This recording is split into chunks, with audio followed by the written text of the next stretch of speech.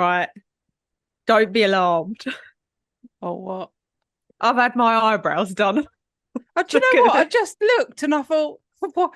Why does she look so different? I look like a Like cartoon it. character. I look so quizzical. Hmm. Mm. Hmm. No, but they're scabby at the minute. So when they eventually heal, they will be slightly lighter. No, I don't think these look natural at all. I feel like they're like pop art eyebrows. Superimposed, Yeah, honestly. but Mine, I've got the fabulous. microblading as well as like some sort of shading as well. She was like, "Oh, we'll do this and we'll do this," and I was like, "Listen, I don't know what any of those words mean. I just want eyebrows on my face. I don't know Listen, what shade and blade is. means I nothing to don't. I me. don't know what mic. I don't know the difference between all of those ombre things. I just want eyebrows, and I want it to look like hair. I don't want it to look blocky." And she was like, "All right, I got you." Guess what happened? Blocky fucking eyebrows. Never uh, mind. oh, it's fine. It's always a bit of a shock when you first have it done, but Well, then that's what she was saying. Because also my eyebrows, because they were so different from the chemo, they'd been affected so much. They were so much lighter than normal, and they were so much thinner and stuff like that. mm. And she was like, "Right, don't be alarmed at where they start because this is where they're supposed to start." And she put them like right in the almost touching. I was like, You're doing a monobrow, man. almost touching each other. Don't be alarmed at where they start. I was like, right. I I kept am going to her, I alarmed. trust you. I trust you. And she showed me afterwards, and I was like, oh wow, I'm so pleased I paid £200 for these. Oh wow, Honestly, they're so take close my together. money. And then I left, and I was like, my eyebrows. They're Give meeting them in the my middle. give them my old touch. And they come right round as well. They're almost like a big C. They like shape my eye. It'll be They're fine. so long. They're so long and I look like, quizzical. when Joey in Friends has his eyebrow done. Yeah. And he drew the other one on in Sharpie. Yeah, I love that. Honestly, ridiculous. I know a really, really good eyebrow woman. It's too late now. They're permanent. They're done. They're on my face now. Yeah. Well, Episode indeed. 126.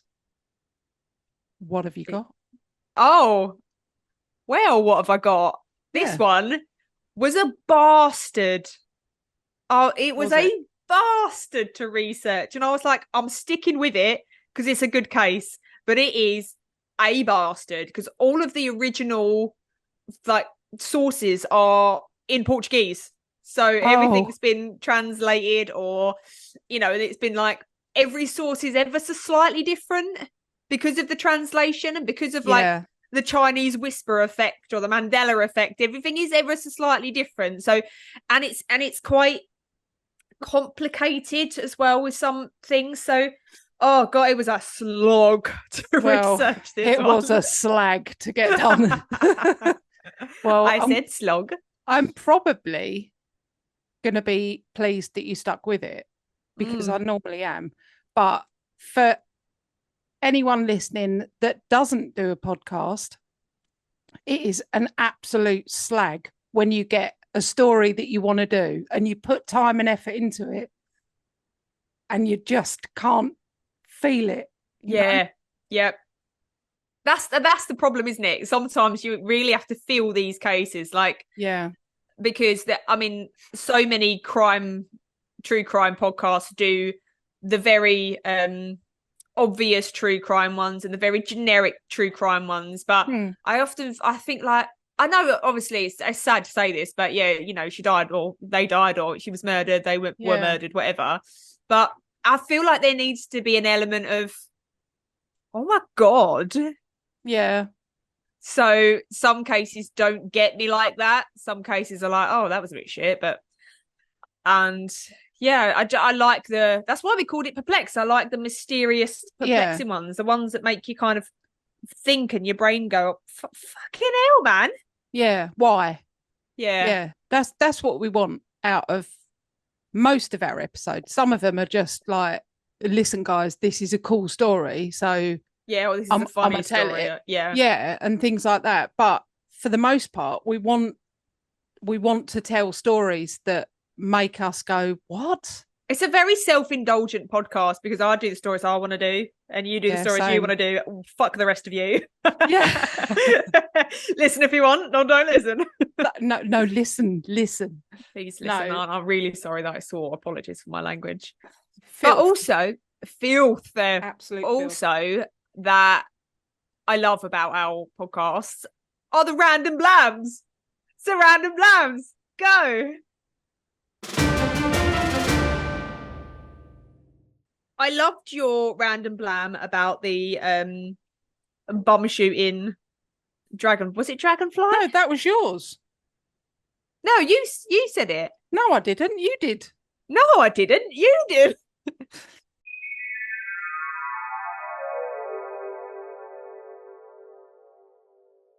All right, well, my random blam I've just found. Dragonflies suck water up their butts and shoot it out like jets when they get tired.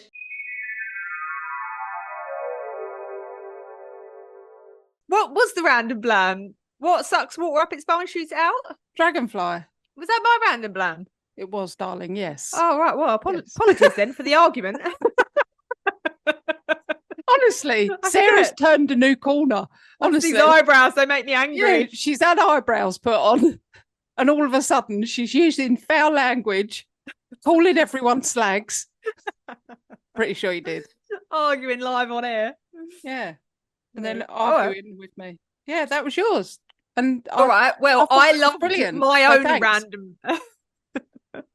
I loved my own random blam so much that I thought I'd do another one quite like it. And what I found out was that, oh, hold on, it's gone. There we go. When bed bugs have sex, the male stabs his barbed penis directly through the female into her organs. Jesus, brutal. Yeah. This kind of intercourse is called traumatic insemination. Yeah, I'll say. Yeah. Rather aggressive mating rituals, honestly. There's no need for that. That's brutal. And then meanwhile, there's dragonflies going past, shooting water out their butts, going psh, woohoo! Psh, psh. Bed bugs are in there like dabbing penises, fucking each other to death. Yeah, well, but then how do they reproduce then? If they, because it must not kill the female because she would never be able to reproduce and she'd die, and then that's a complete. Or maybe it's like evolution. Maybe it's like Alien. You know, with the face huggers where they lay the eggs inside and if the body will die, but meh. Yeah. And then all the babies hatch and like all up in your bed. Yeah, come out and so there are some murders going on in all of our beds. Yeah, it's hideous. I'm going to burn my bed tonight. Yeah. What have you got? I was just looking up a random blam and I thought, oh, that's pretty cool. And then I thought, do you know what? I watched a program yesterday, me and Claire. This is how rock and roll we are. We watched a program about corn. Oh, yeah. Oh, yeah. Was it amazing? It was amazing. Budum. Here all day. And yeah, and the amount of things that corn is used for, unbelievable. And I was like, oh my God, I didn't know corn was used for that. And I didn't know that corn. And they were saying that in America, they have the most corn, like is grown in America, in the whole world. And only 10% of it or less is used for food. Oh, okay. Like everything, like corn on the cob, sweet corn, cornflakes, cornbread, everything. Corn dogs. Oh, so sorry.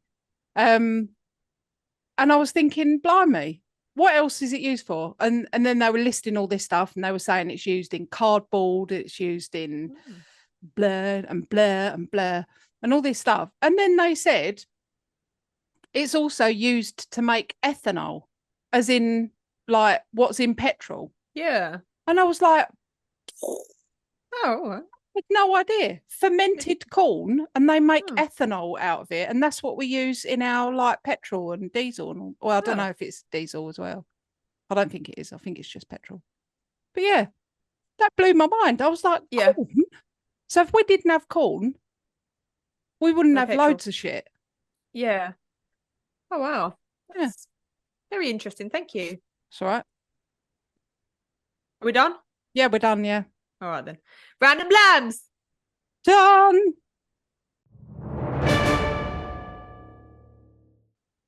What have you got for us today then? So today we have got the curious case of the lead mask deaths. Oh, Yeah. that's really unfamiliar. I've never heard that before. That's great because I actually felt like when I was researching it that you would probably know it. So the fact that you don't is great. Yeah, I don't. I don't think I do anyway. It's not familiar in any way. So, all right. All right, well, let's crack on then. Yeah, tell me a story.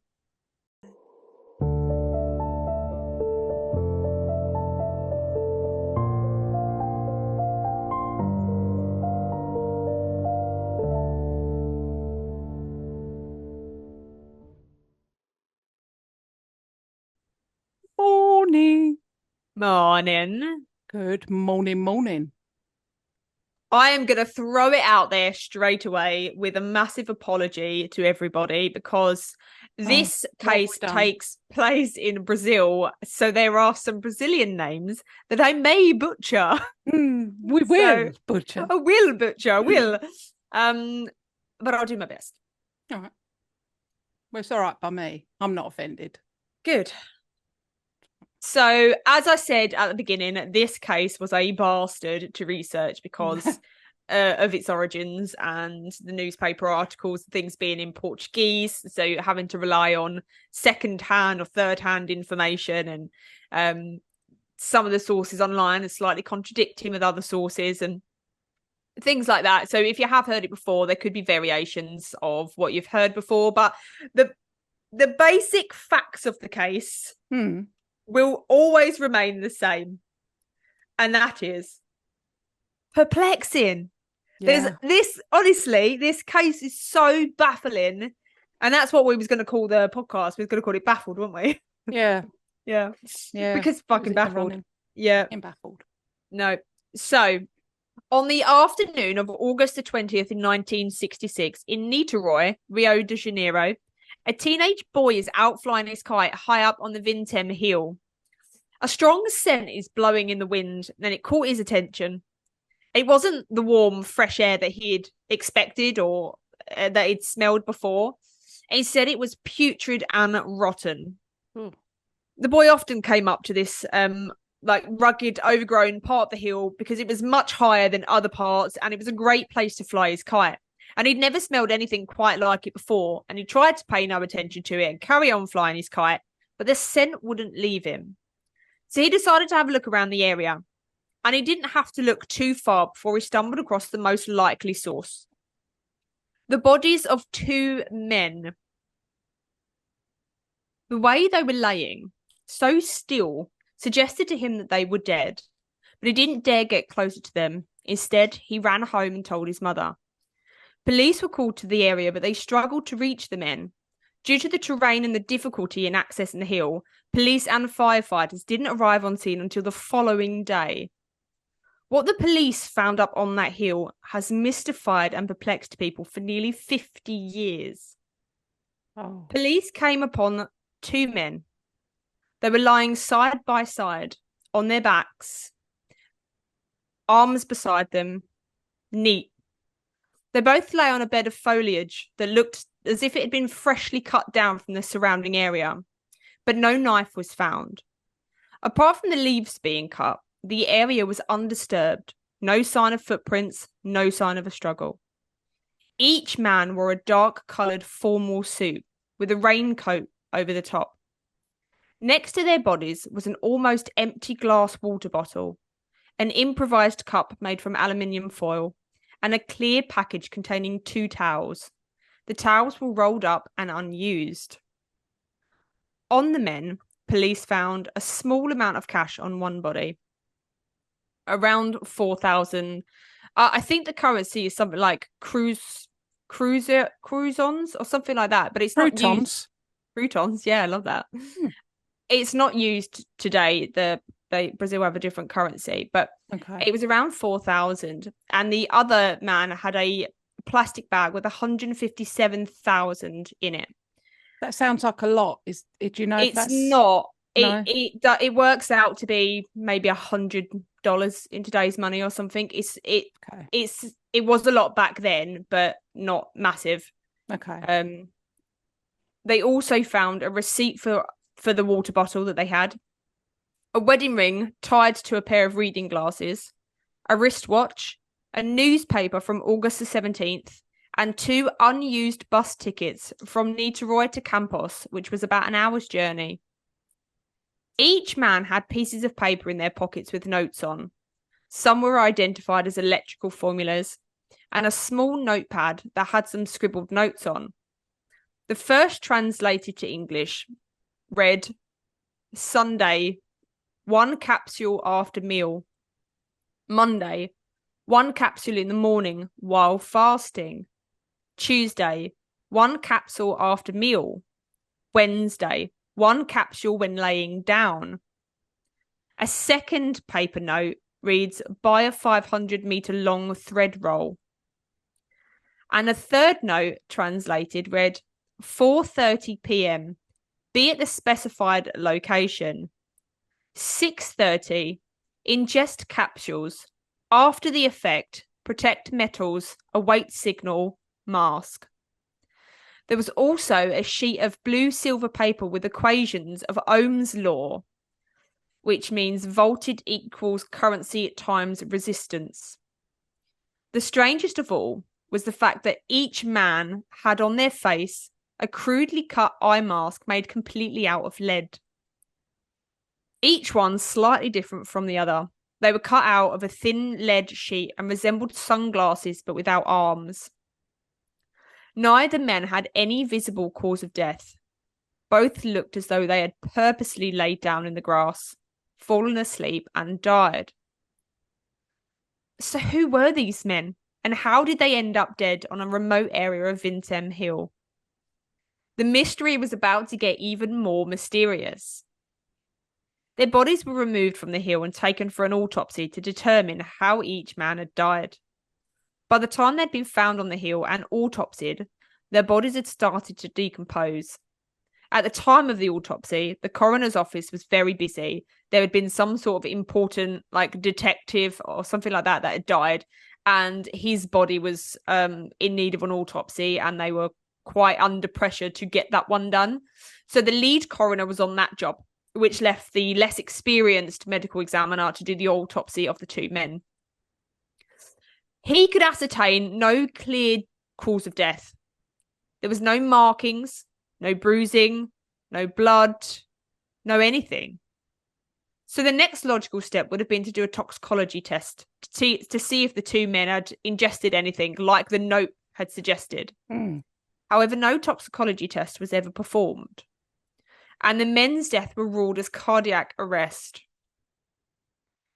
The media had gotten hold of the story of these 2 mysterious men, and it was printed in newspapers all over Brazil, and the men were eventually identified as Manoel Pereira de Cruz, aged 32, and Miguel José Viana, aged 34.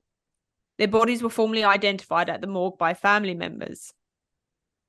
Miguel and Manuel were both from a town called Campos, which was about 170 miles or 275 kilometers away from where they were found. Both were married with young children, and both were electronics technicians and owned a small home-based TV repair shop. They were highly regarded in their town, and their death was devastating for their families. And now that the 2 men were identified, police quickly began to establish a timeline of events that led up to their death. On August the 16th, 4 days before they were found, Manuel tells his wife that he and Miguel are going to Sao Paulo to buy some electronics components for their shop, which isn't unusual. They often travelled to buy different parts. He also told her that he was going to buy a second-hand used car. So he packed a large sum of money, and the sources were between 3 million and 6 million Brazilian cruzeiros, like I say, which is an obsolete currency now. But that still doesn't equate to a huge amount of money, like couple of thousand US dollars or something. He packed 2 towels together in a package. as well. And some friends in the area where they lived had heard that they were going to Sao Paulo. And so they gave them requests. Oh, if you're going, if you're going shopping, can you bring me all this back? And they gave them some money also for the items that they had requested. On August 17th, the following day, the men, dressed up in their suits, take the bus to what would have taken them to Sao Paulo, where they told people that they were heading, which from Google Maps is about 8 hours away from Campos, where the men lived. Instead, the pair boarded a bus and went to Niterói, which was only about 3 hours away. They arrived around 2 p.m, and when they got off the bus, it was raining. They head to an electronics store called Fluscop.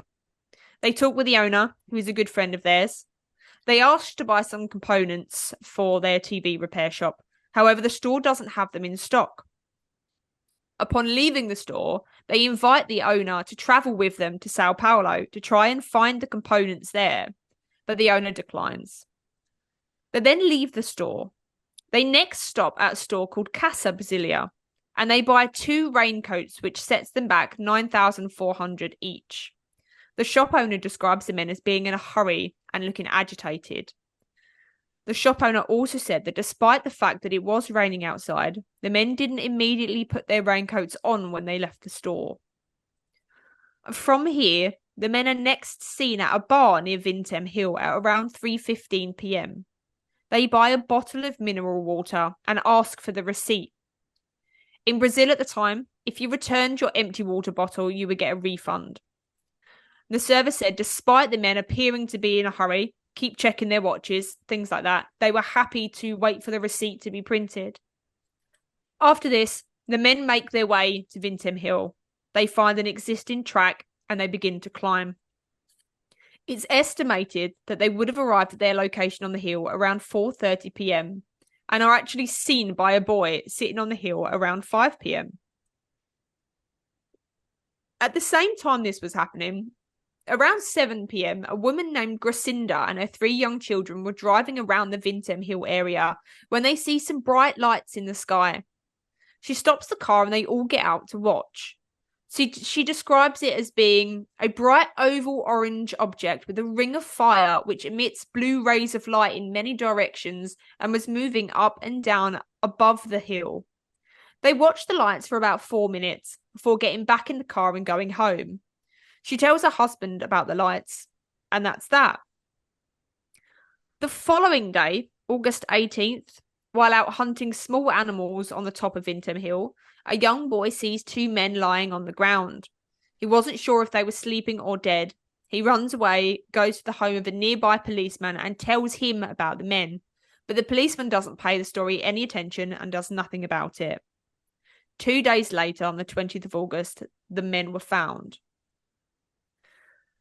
So on August 24th, after the men had been found and identified, when the story came out about Miguel and Manoel, when it makes the news, Gracinda, the lady who saw the light, and her husband informed the police about the sighting of the lights above Vintem Hill. And the police are then flooded with reports of other people calling them with similar stories.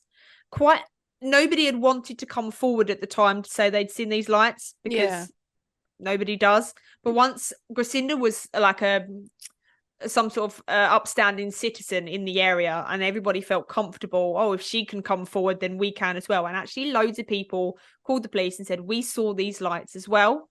And about the same time that this was appearing in the news, something else appeared in the newspapers. And it was an article that stated that 4 years earlier in 1962, a TV technician named Hermes had been found dead on a hill called Morro de Cruzeiro near Neves. And he too was found with a lead mask.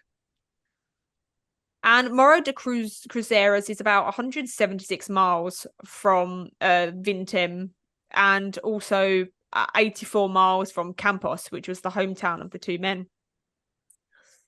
But this piece of information didn't seem to be relevant to anybody, or the police didn't really look too much into. No one thought that was like an incredible coincidence. No one connected anything. The information was kind of skirted over, really. The police seem to be focusing their efforts on more likely things like foul play. They certainly didn't want to link anything to the suspicious lights on the same evening, at the same time, at the same place that loads of people saw. So instead, they arrest a friend of the two men, a man named Gomes, and he's arrested because Manuel's widow tells police that Gomes and Manuel had had an argument a few days before his death. So they obviously wanted to speak to him and investigate further. However, they didn't get the sort of information that they were looking for. Gomes told the police that he, Manuel, and Miguel were members of a secret society of scientific spiritualists. And it wasn't just them three. He told police that almost all of the electronic specialists and enthusiasts in the area were scientific spiritualists as well. Oh.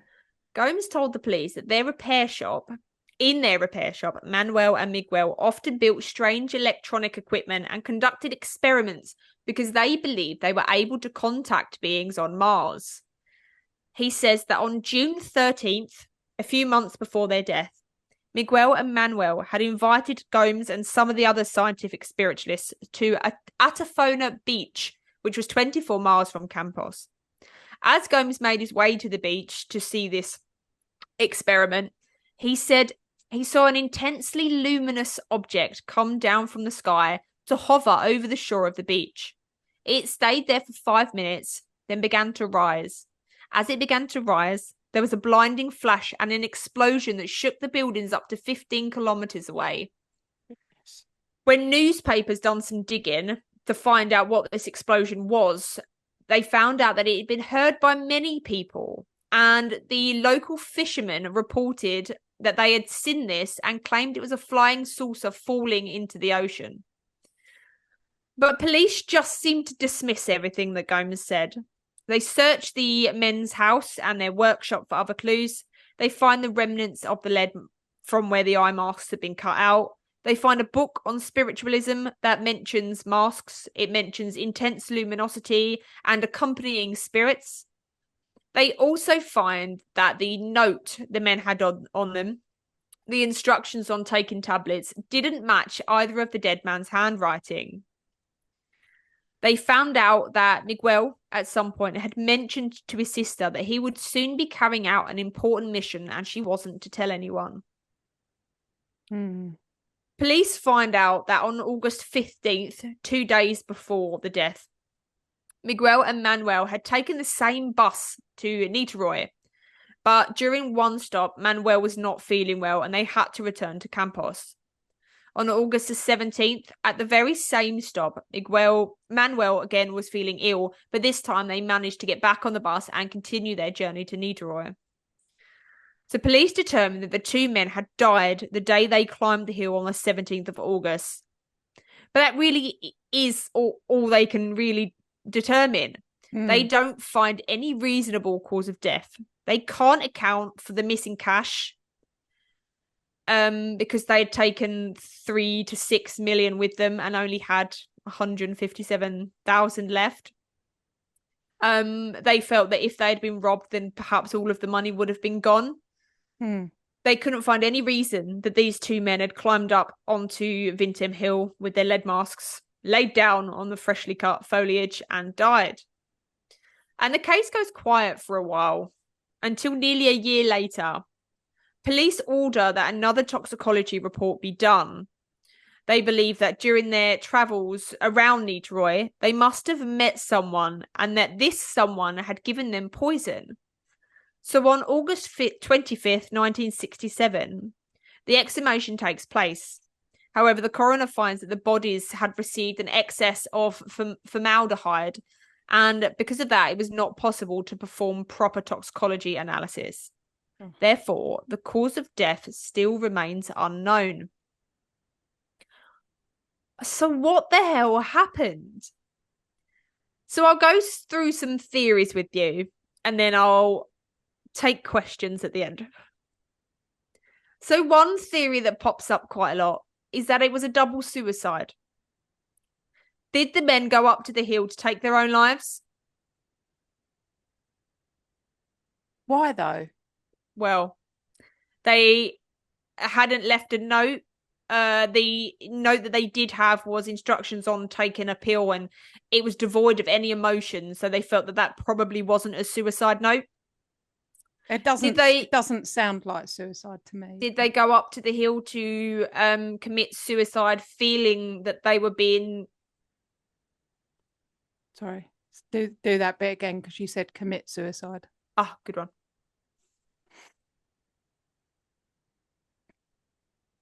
Did they believe that they were perhaps going to a higher plane if they took these tablets and left their bodies behind, that they were perhaps going somewhere else?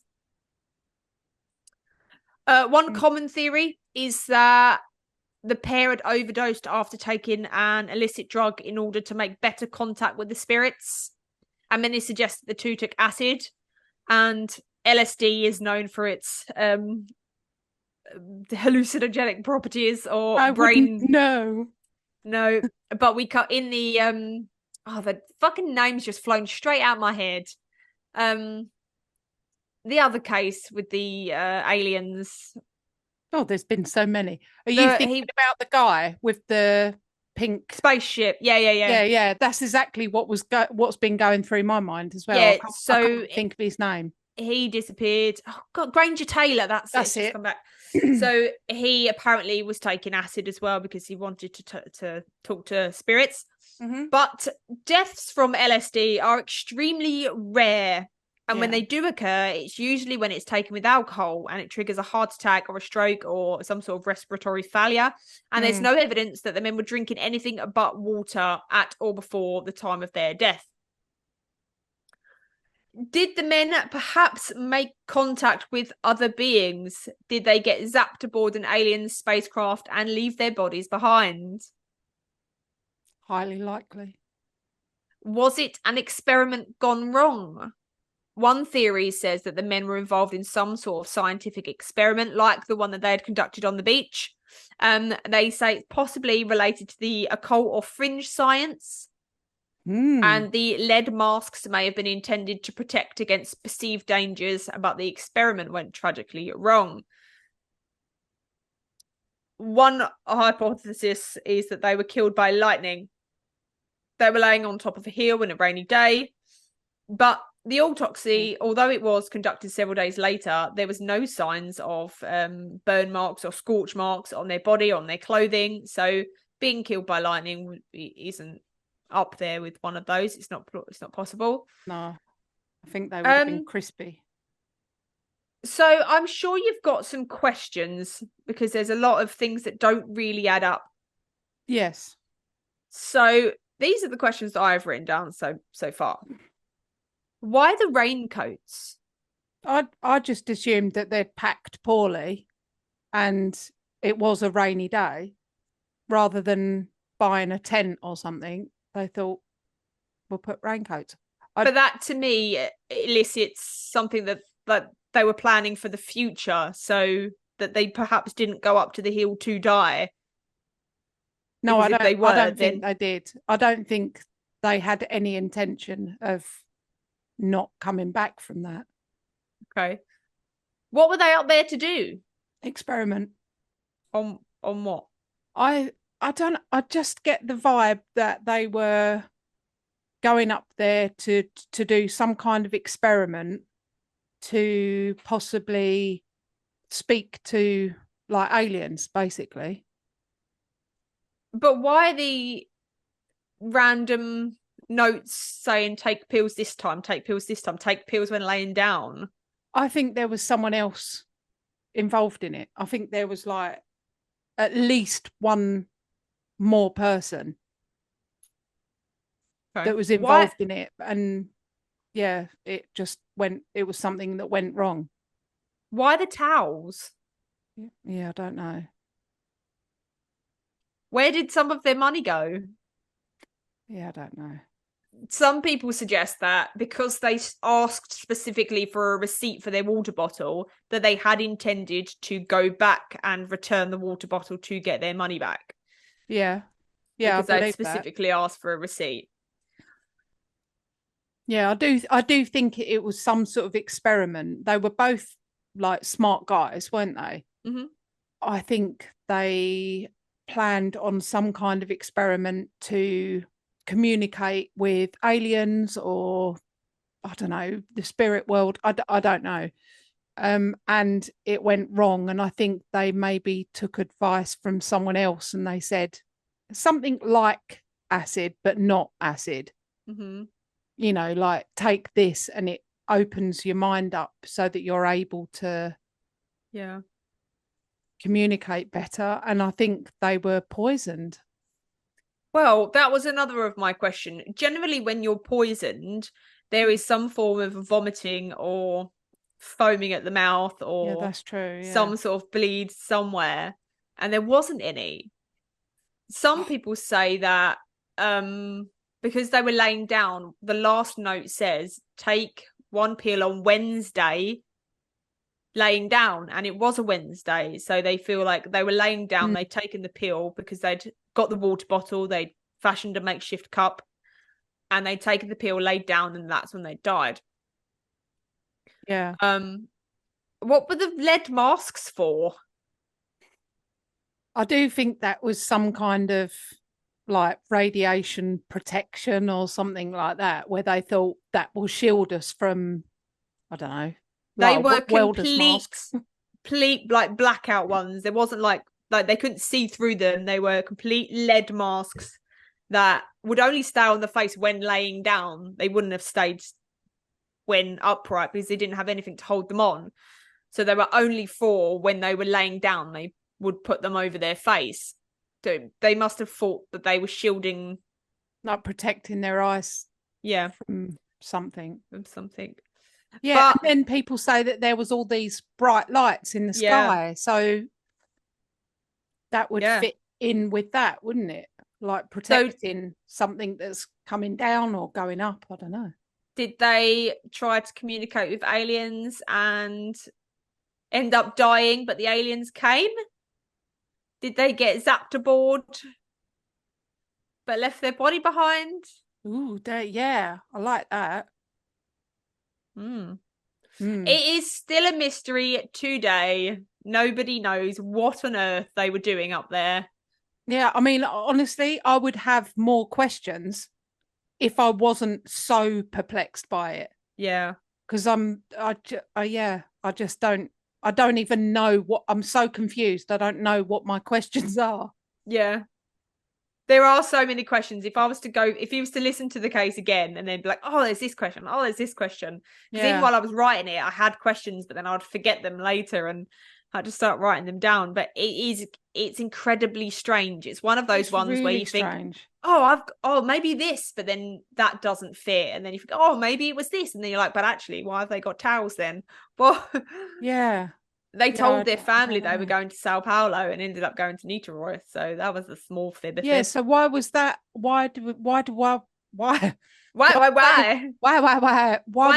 about that? Yeah. Why lie? Why lie? Why lie about where they're going? But then also, they asked the shopkeeper, do you want to come with us to Sao Paulo to get the things? If he'd have said yes, they wouldn't have then got up to Vintem Hill. They would have gone to Sao Paulo to get their bits. Yeah. God damn it. But yes, that is the lead mask mystery on Vintem Hill, and it is very, very perplexing indeed. Yeah. It is. I just want to know. That's all. I just want to know. So that's going to be up there now. If any of our listeners know. There's loads of like Reddit forums that will give you loads of theories and there must be wild theories that go with this. Some people are just like, listen, they went up there and they took some pills they shouldn't have taken and they died. Yeah. But what do you think? Who knows? I find it strange that it was obviously alien related. They were trying to communicate with aliens. They had books on this spiritualism thing. They had books on trying to contact other beings. They had books on making sure they wore masks because when you do contact them, they have this light emanating from them. So I do believe they were trying to communicate with beings from Mars. But and something happened. something happened, something went wrong. Perhaps they shouldn't have taken the pills, because also they tried to come up a few days prior and one of the men wasn't feeling very well. So I feel like perhaps the pills they were taking were already making them poorly. But it's strange that they died together. Oh, do you know what? You took the words out of my mouth. I was just about to say, but that's what my brain did. Both died at the same time. Yeah. And it must have been at the same time, literally, because they were both laying. Yeah. But then surely if they were poisoned, you wouldn't just lay flat and serene. Well, that's it. They were very neatly laid. They were laid there. Their bodies they weren't like arms everywhere, or one up, one down, or the leg bent. They were very laid, pristinely, neatly laid on this bed of foliage that had been cut down. There was no life found. Because if you was poisoned, you'd have really bad bellyache, wouldn't you? I think so, yeah. Surely. Unless you were unconscious, unless you literally took pills and then one of the pills was something to knock you both out. Don't know. Oh, we just don't know. We just don't know, do we? Goodness. Well, that was very perplexing. Indeed. Thank you. All right, you're welcome. All right. Well, guys, let us know what you think, because honestly, I'm well perplexed. Yeah, me too. Cool. All right, well, I guess I'll see you next week. Yeah. See you next week, everyone. Bye. See you later. Bye.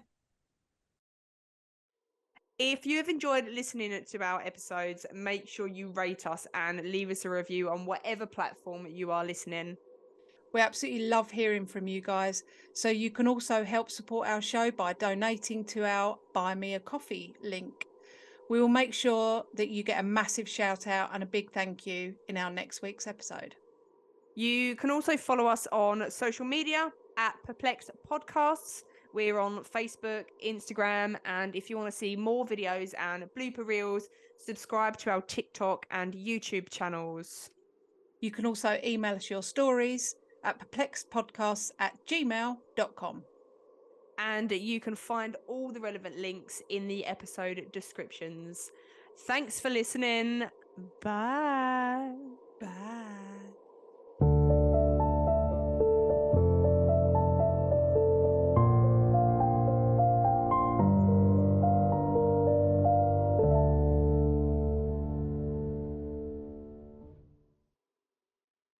I was trying to pronounce it. Vin team. Vin team. Happy on the team here.